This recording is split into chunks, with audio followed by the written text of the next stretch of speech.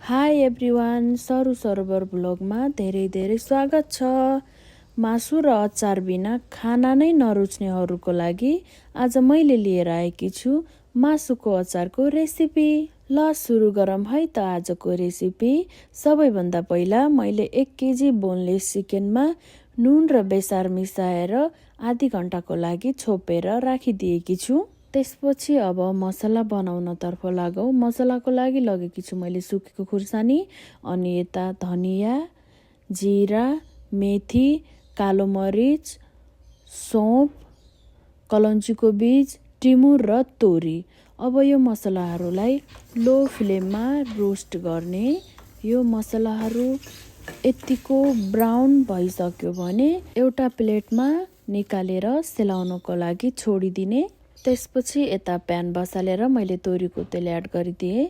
तोरीको तेलको सट्टामा हजुरहरू जुनसुकै तेल पनि एड गर्न सक्नुहुन्छ। तेल एकदमै राम्रोसँग हिट भइसक्यो भने मैले अघि नै म्यारिनेट गरेर राखेको मासु एड गर्दैछु। सबै मासु एड गरिसक्यो भने 1-2 मिनटको लागि त्यत्तिकै छोडिदिने। त्यसपछि मात्रै मासु चलाउने, किनभने पहिला नै चलायो भने मासुबाट पानी निस्किने गर्छ। अब मासुलाई एकदमै राम्रोसँग ब्राउन हुने गरेर 5-10 मिनट जति फ्राई गर्ने। यत्तिको फ्राई भइसक्यो भने म सबै मासुलाई निकालेर एउटा प्लेटमा राख्दैछु र मैले पहिला नै काटेर राखेको अदुवा र लसुनलाई त्यही प्यानमा फ्राई गर्दैछु।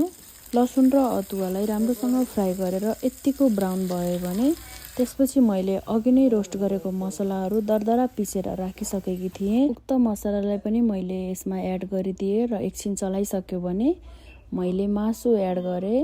मासु एड गरिसक्यो भने पनि एकचोटि एकदमै राम्रोसँग मिक्स गर्ने। मासु र मसला मिक्स गरिसक्यो भने 2 देखि 4 मिनटसम्म हामीले यो अचारलाई पकाउने, किनभने पहिला नै मासु र मसला पाकिसकेको भएर धेरै टाइम पकाउनु पर्दैन। अब पाकिसक्यो भने केही समयको लागि हामीले अचारलाई सेलाउन छोडिदिने। पहिला भन्दा हाम्रो अचारको कलर सेलाएर अझ धेरै राम्रो देखिरहेको छ। अब यो अचारलाई हजुरहरू 2 देखि 3 महिनासम्म स्टोर गरेर मजाले खान सक्नुहुन्छ। यदि हजुरहरू पनि चिकन लभर हुनुहुन्छ भने यो छिटो र मिठो तरिकाको रेसिपी अवश्य एकचोटि ट्राई गर्नुहोला। र मेरो पहिलो फुड ब्लग कस्तो लाग्यो कमेन्ट गर्न नभुल्नुहोला। अनि हजुरहरूलाई के को रेसिपी हेर्न मन छ त्यो पनि कमेन्ट गर्न नभुल्नुहोला। Okay, by by.